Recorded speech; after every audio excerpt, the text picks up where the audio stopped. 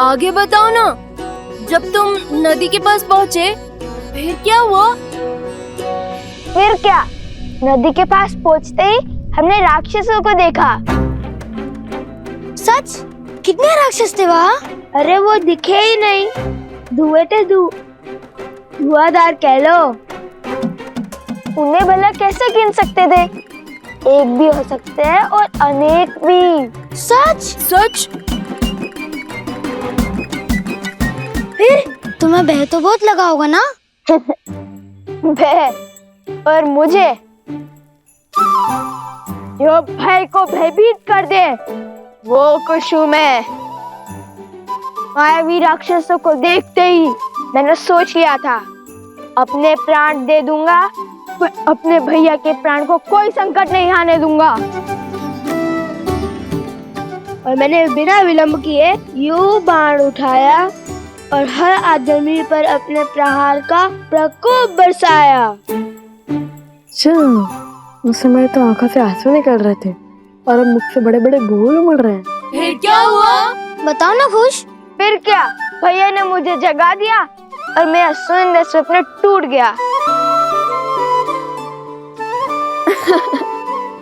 कहानियां बनाना तो कोई तुमसे सीखे।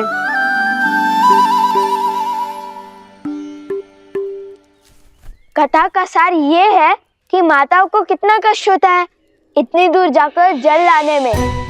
तो हमने सोचा कि जल को ही माताओं के पास लेके आए। क्यों, उचित कहा ना भैया? अवश्य। सच लव और कुश, बहुत वीर हो तुम दोनों। अब ये जल सदा आश्रम के पास रहेगा और वो राक्षस दूर।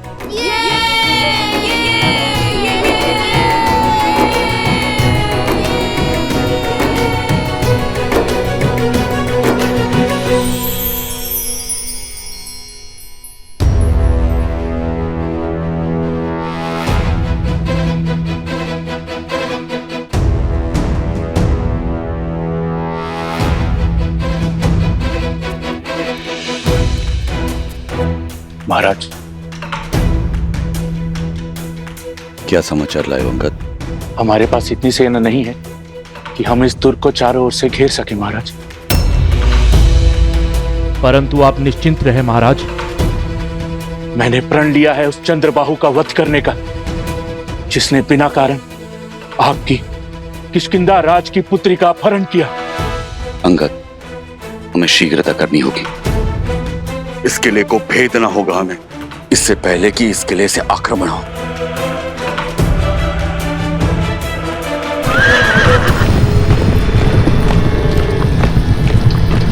लगता है राक्षस आक्रमण करने वाले हैं महाराज। सैनिकों, सज्ज हो जाओ।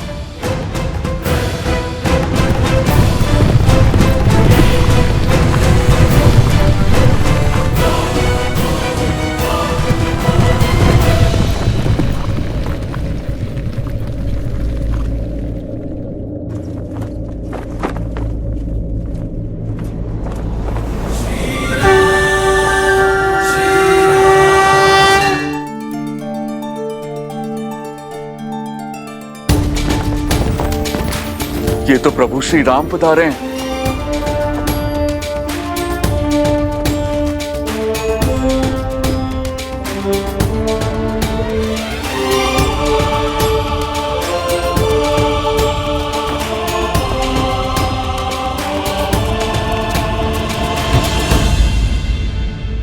प्रभु, आप मेरी किष्किंधा की सहायता करने के लिए आए। मैं धन्य हो गया प्रभु, मैं धन्य हो गया।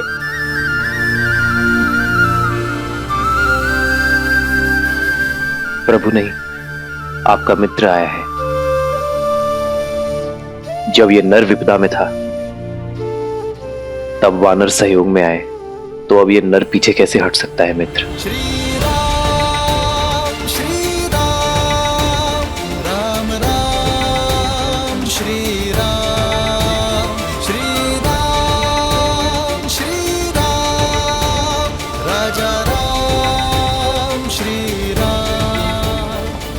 इस संसार की प्रत्येक नारी, चाहे वो माता हो बहन हो, पुत्री हो या फिर पत्नी, प्रत्येक नारी सम्माननीय होती है। और फिर आपकी पुत्री मेरी भी पुत्री है मित्र। हमारी पुत्री का अपहरण करने का दुस्साहस जिसने किया है उसे दंड अवश्य मिलेगा।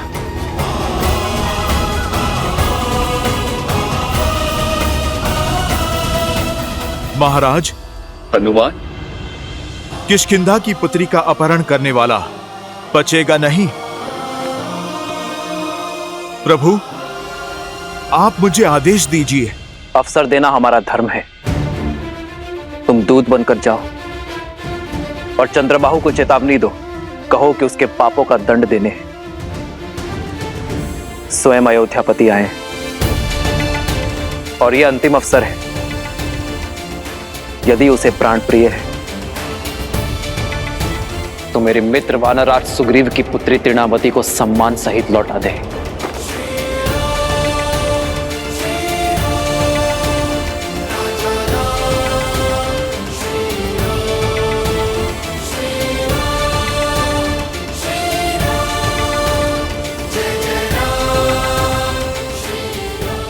ये इस समाज, इस संसार का सबसे बड़ा दुर्भाग्य है कि हर युद्ध, हर शांति काल, मित्रता, शत्रुता, प्रेम, हर भाव में हनुमान ज्ञान गुण सागर, जय कपीस तिहु लोक उजागर, रामदूत अतुलित बल धामा, अंजनी पुत्र पवन सुत नामा, राम दुआरे तुम रखवारे, होत न आज्ञा बिनु पैसारे, आपन तेज समारो आपे, तीन लोक हाथ करै कापे। जय जय हनुमान। कौन हो तुम? प्रभु श्री राम का दूत, उनका सेवक चंद्रबाहु से मिलने आया हूं। तुम मुझे उस तक ले चलोगे या मैं तुम्हें उठाकर ले चलूं?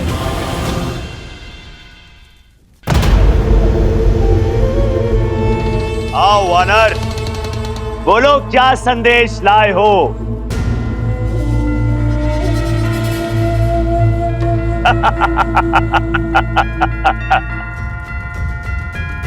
चयन का विकल्प लाया हूं।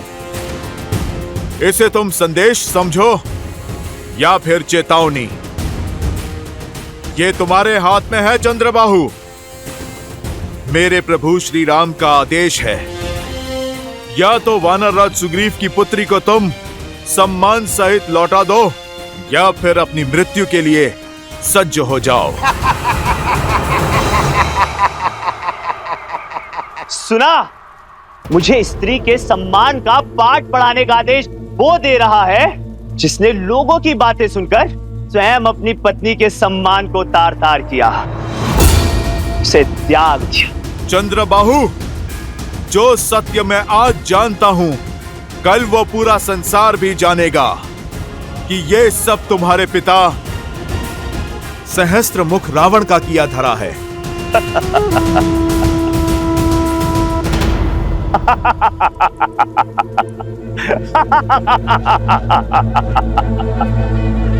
साफ, दान, दंड, भेद। युद्ध को जीतने के लिए शत्रु को युक्ति लगाने का पूरा अधिकार है। उसका प्रयोग मेरे पिता ने भी किया, तुम भी करो। जाओ, मेरी पत्नी के विरुद्ध बातें फैलाओ। किसने रोका? मैं उसका सत्य जानता हूं। अब तुम ही बताओ, स्वयं को लोक अपवाद से बचाने के लिए जिसने अपनी पत्नी को त्याग दिया, वो स्वार्थी है या फिर कायर? जिसने अपनी पत्नी को मरने के लिए वन में छोड़ दिया, उसको क्या अधिकार है कि वो किसी और की स्त्री या पुत्री को लौटाने का आदेश दे? दुष्ट, तूने मेरे भगवान को पापी कहा है। तू अवसर का नहीं, अंत का पात्र है।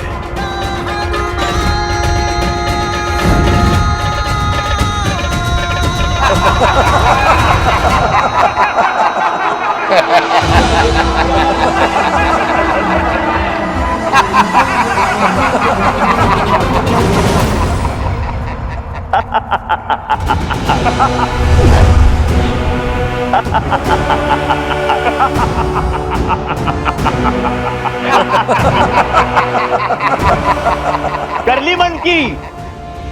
अब जाओ और जाकर कह दो अपने राम से कि इस संसार में चंद्रबाहु को मारने वाला कोई नहीं है, क्योंकि मेरी ढाल मेरी पत्नी का पतिव्रत है, और जब तक वो मेरी रक्षा करती रहेगी तब तक मैं अमर रहूंगा।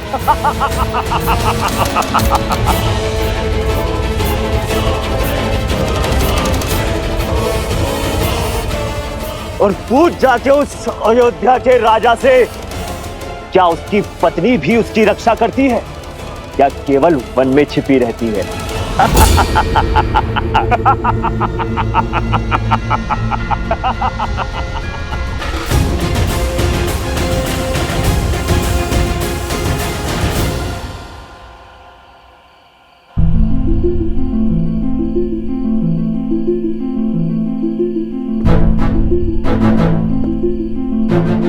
मित्र, मुझे ना राज चाहिए ना संसार, मुझे केवल मेरी पुत्री चाहिए मित्र, केवल मेरी पुत्री।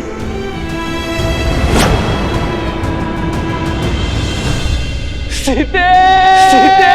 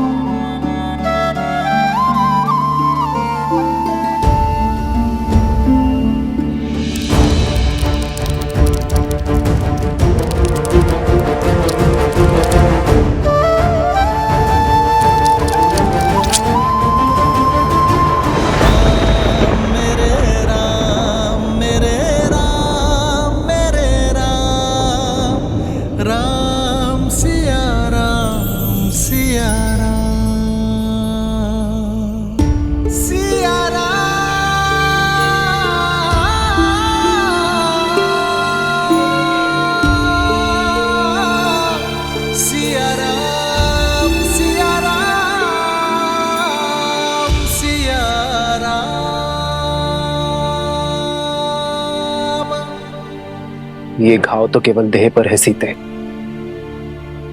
मन और हृदय का घाव तो केवल आप ही नहीं आ रहे, मैं भी जानती हूँ। आपके मन की अशांति का आभास है मुझे। राम सिया राम जय जय राम, राम सिया राम जय जय राम, राम सिया राम जय जय राम। जिसने समाज के कल्याण का प्रण उठाया हो, उसका मन शांत कैसे हो सकता है सीते? यही संचित कर्म है, हर किसी को काटना पड़ता है। समाज के कटाक्ष, संसार के उलाहने को सुनकर अपने कर्म को प्राथमिकता देना कितना कठिन है आर्य नहीं जानती। और आपके हर संघर्ष की विजय पर हर्ष भी है मुझे। आप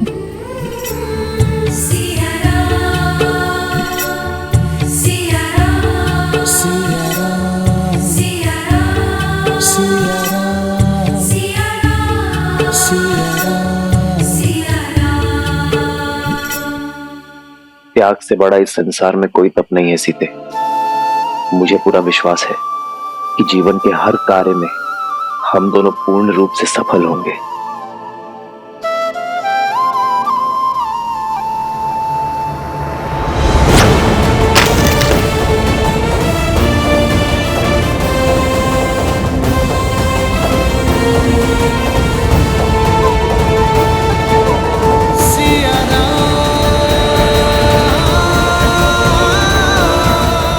ऐसा क्या है यार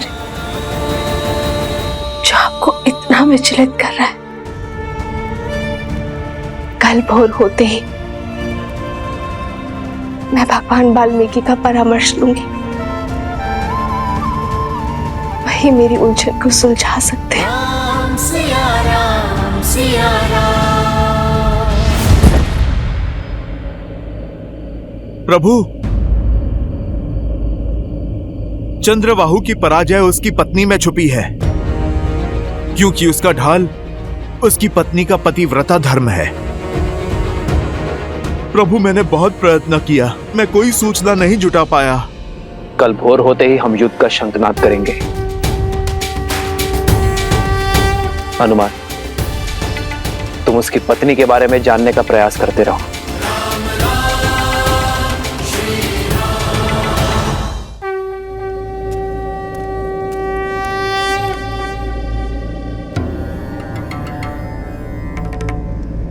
हनुमान जी किस भेद की बात कर रहे हैं पिताश्री? क्या है चंद्रबाहु की मृत्यु का रहस्य? उसकी पत्नी कैसे उसकी रक्षा कर रही है? चंद्रबाहु ने ब्रह्मदेव की घनघोर तपस्या की गणेश, और इस तपस्या के फलस्वरूप उसे मिला एक वरदान। कैसा वरदान? वरदान ये था गणेश कि जब तक चंद्रबाहु की पतिव्रता पत्नी पद्मावती निरंतर ब्रह्मदेव के मंत्र का जाप करती रहेगी, तब तक चंद्रबाहु को युद्ध में कोई पराजित नहीं कर सकता। इतना ही नहीं, एक और वरदान भी मिला चंद्रबाहु को। एक और वरदान? हाँ, चंद्रदेव ने अपने परम भक्त चंद्रबाहु को वरदान स्वरूप वर्धमान नामक भाला दी, जिसकी शक्ति यह है कि वो जिसे चाहे स्थिर कर सकता है। स्थिर करने की शक्ति? इसका काट क्या है पिताश्री? इसकी काट स्वयं मैं हूं गणेश। आप?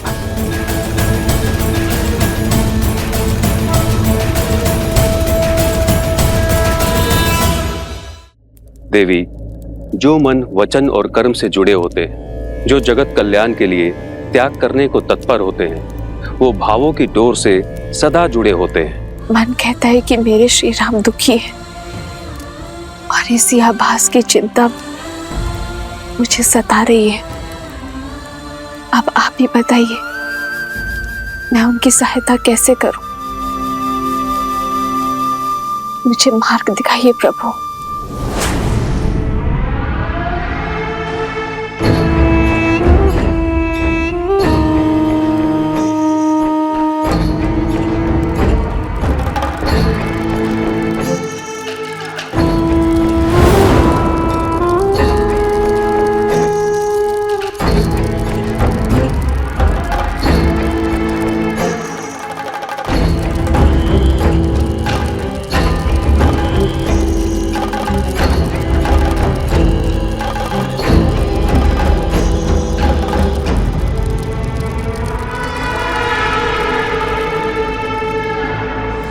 देवी, मैंने भगवान वाल्मीकि जी से इस समस्या की चर्चा की। उनकी इच्छा है कि आप इस चिंता से मुक्त होने के लिए फल्गु स्नान का व्रत रखिए। फाल्गु व्रत? हाँ देवी, तनिक कठिन व्रत है। बिना अन्न जल के फल्गु नदी में कुछ दिन खड़ी रहो और मंत्र जाप करें।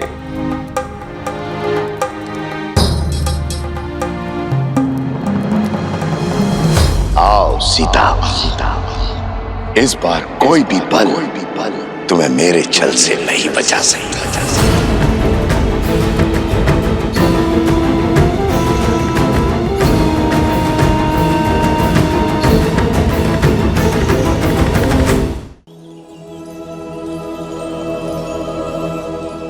गुरु माँ, मुझे आत्म शुद्धि के लिए माता फल्गु नदी में स्नान करने जाना है। आप मेरे तप की तैयारी करिए। लव, कुश, मुझे कुछ दिन के लिए जाना होगा, मन की शांति के लिए। तुम दोनों कुछ दिन के लिए मेरा वियोग सहन कर लोगे ना? वियोग की क्या आवश्यकता है माता, हम भी आपके साथ चलेंगे। हाँ माता, ले चलिए ना। आपको तप करते देख हमारे तप पर विश्वास भी बढ़ेगा और हम आपकी सुरक्षा भी कर पाएंगे। ठीक है, चलो।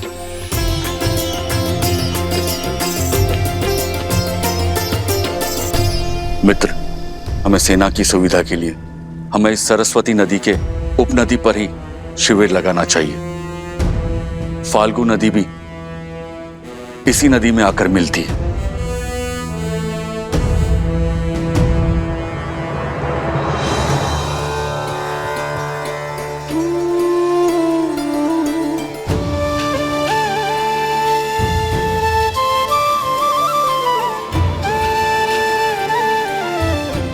अपनी माता को कभी अकेले छोड़ने को सच नहीं होते लवकुश,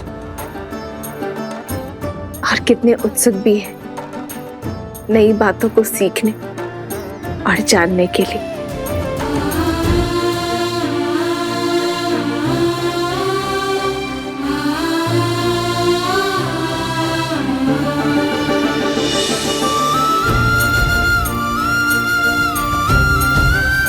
बालकों की भांति उत्सुकता मुझे आपके मुख पर भी दिख रही है वन देवी। हाँ गुरु माँ, लगता है ये यात्रा जीवन की दिशा और दशा दोनों को मोड़ देगी।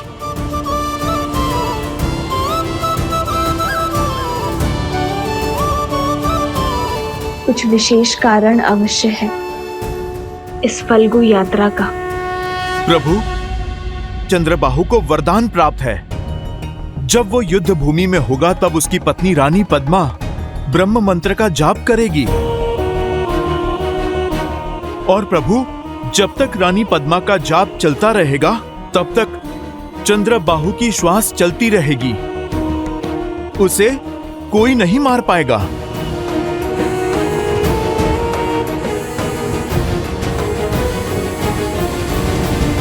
मित्र, चंद्रबाहु का कवच रावण की नाभि सा ही अभेद्य लग रहा है। धर्म का एक वार पाप की हर ढाल को काट सकता है मित्र। आपकी पुत्री की रक्षा के लिए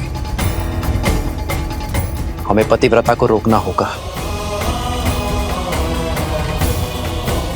आज युद्ध के समय किसी को महल जाकर रानी पद्मा का जाप तोड़ना होगा। ये कार्य मुझे सौंपिए प्रभु। मैं रानी पद्मा का जाप भी तोड़ूंगा और अपनी बहन को भी खोजूंगा।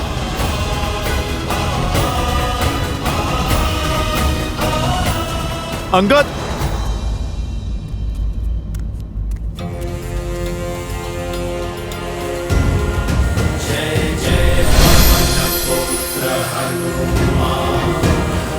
अंगद, ये लो, ये कूट तंत्र यंत्र है।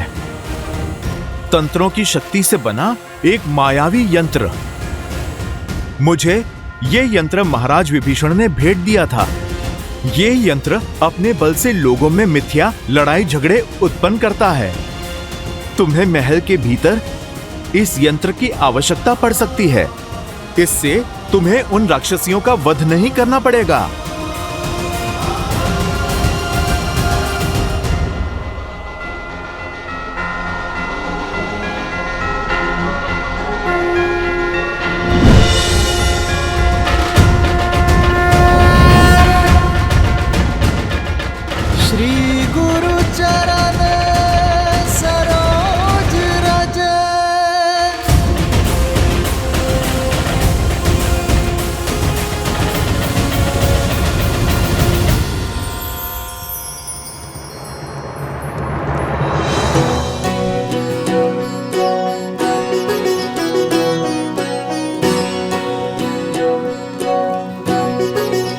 माता ने 3 मित्रों को साथ लाने की अनुमति दी है। कह दो वन देवी को मैं सज्ज हूँ। और मैं भी। वन का मार्ग है, पुष्पों का नहीं, कांटों की डगर है। लौटने तक तो केवल घुटनों तक ही पांव बचेंगे सबके। एक बार फिर सोच लो। कितने भोले हो भ्राता शांडिल्य। लवकुश के होते माता का पग कांटों के डगर में नहीं पड़ेगा। वन देवी है, वन में जाएंगी तो बैलगाड़ी पर। बातें बहुत बड़ी बड़ी बनाते हो कुश। कैसे जाएगी वन देवी बैलगाड़ी में? आश्रम में तो गाड़ी है ही नहीं। नहीं है तो क्या हुआ, बन जाएगी। क्यों, है ना भैया? हाँ, विचार तो अच्छा है, किंतु ये सोचना होगा कि ये होगा कैसे। और बैल, उसका क्या? आश्रम में तो केवल गाय है। बैल भी क्या लकड़ियों से बनाओगे?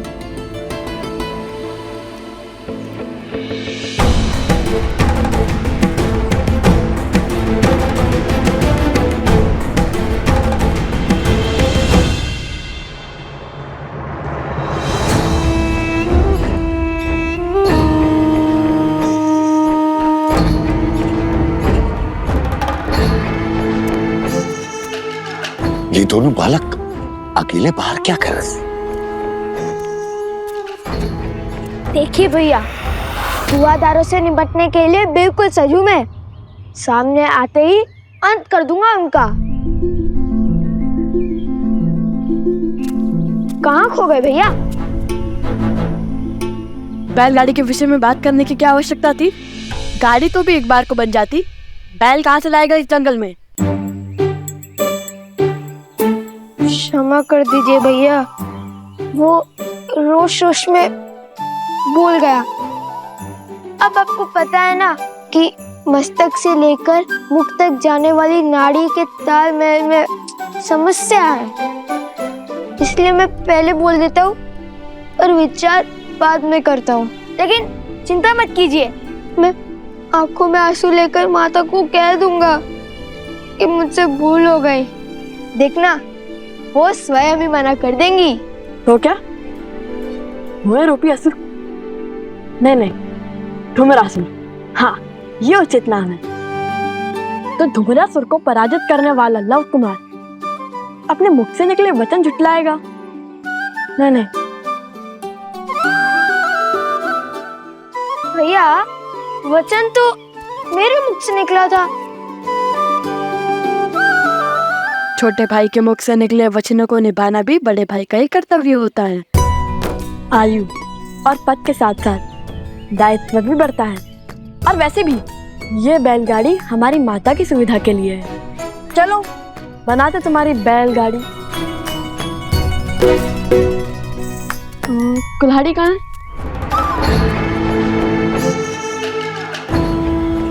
आप दोनों कौन है?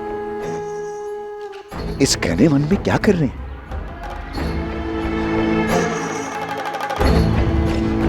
भय नहीं लगता है? भय को हमसे भय लगता है। वन देवी के पुत्र हैं हम। क्या क्या कहा? वन देवी के पुत्र हैं हम। क्या कहा? फिर से कहना। मेरा भाई कहना चाह रहा है कि जब उसका सिर घड़े के भीतर होता है तब उसे किसी का भय नहीं होता, क्योंकि हम वन देवी के पुत्र हैं।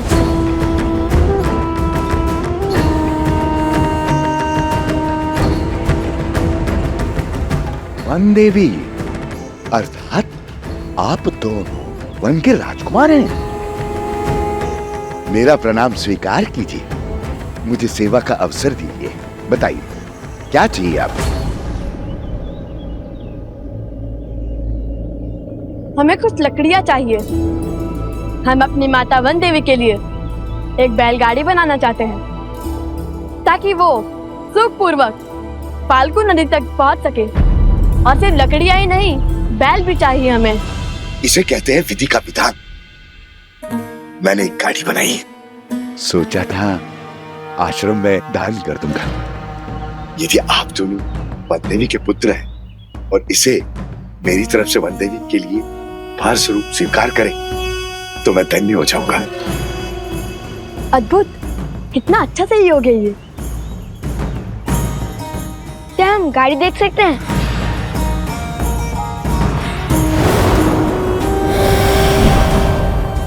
अवश्य अवश्य।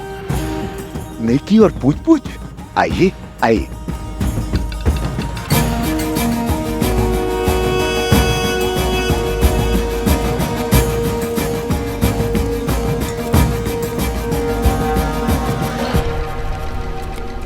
वाह भैया, कितनी बड़ी और सुंदर गाड़ी है। और दृढ़ भी। धन्यवाद बंधु। अब हमें एक बैल की आवश्यकता है। ओह जहाँ चाह होती है वहाँ राह होती है।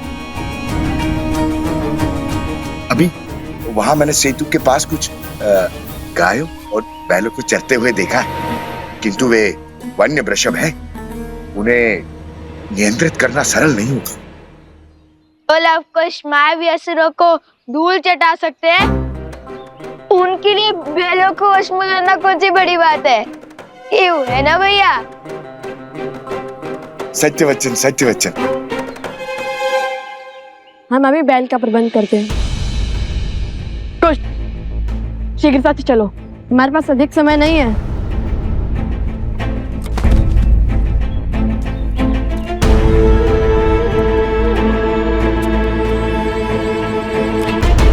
जय श्री राम।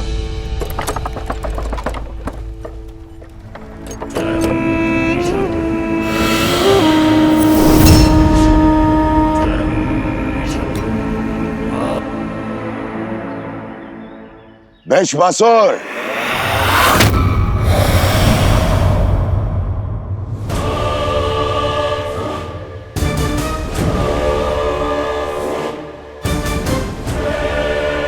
प्रणाम असुर सम्राट।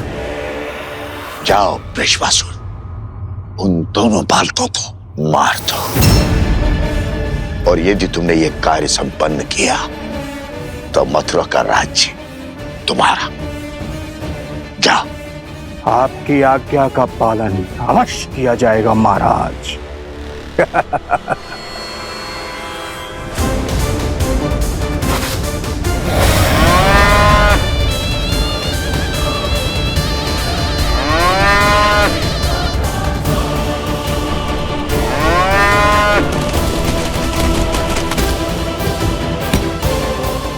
आज लवकुश के अंत के साथ साथ राम और सीता के त्याग का भी अंत हो जाएगा। पुत्रों का मृत शव देखकर सीता आश्रम से बाहर आएगी और राम को स्मरण करेगी, और उनका समर्पण मिट्टी में मिल जाएगा। राम राज्य की स्थापना एक कल्पना बनकर रह जाएगी। सिया राम की जय।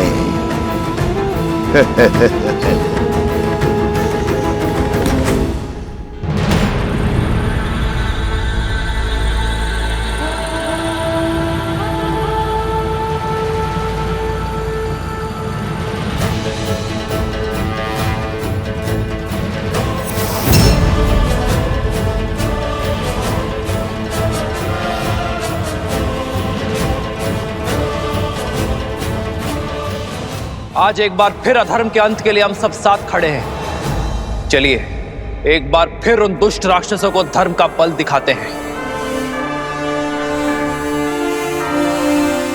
एक बार फिर संसार को न्याय की शक्ति दिखाते हैं। एक बार फिर स्त्री के सम्मान की ललकार लगाते हैं। एक बार फिर धर्म की जीत का परचम लहराते हैं।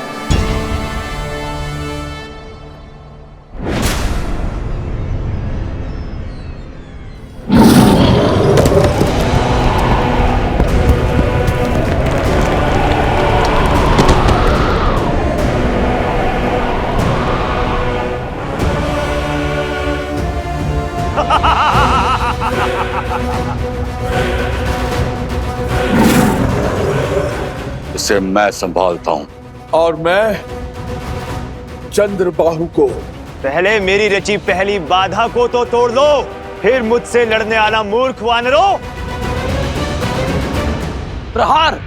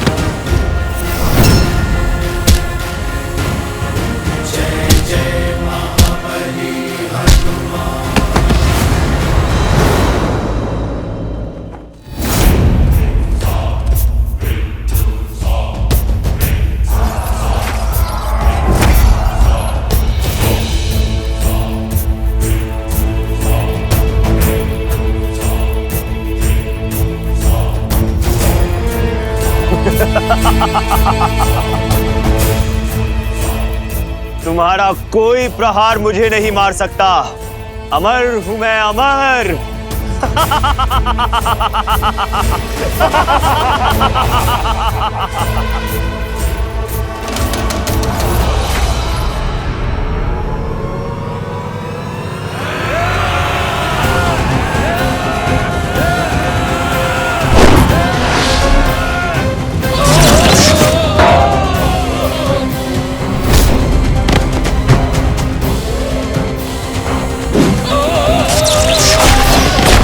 हनुमान, अवगत का कोई संदेश आया? नहीं प्रभु।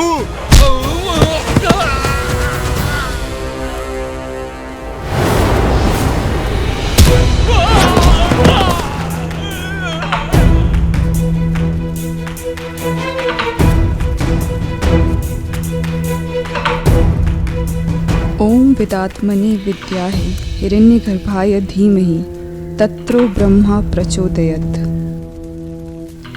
ओम विदात्मने विद्याहे हिरण्यगर्भाय धीमहि तत्रो ब्रह्मा प्रचोदयात्।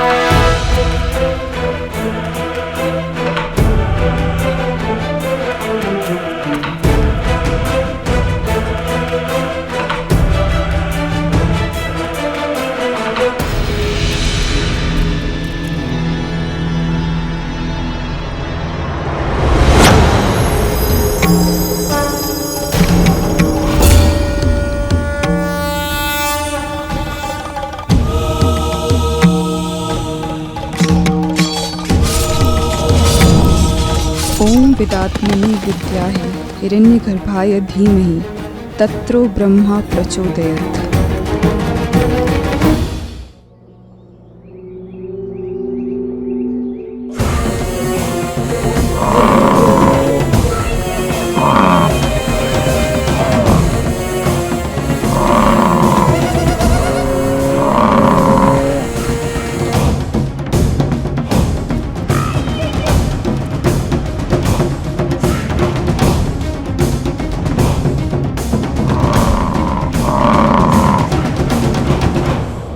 वचन से बंधे हैं, इसे तो पकड़ना ही होगा ना।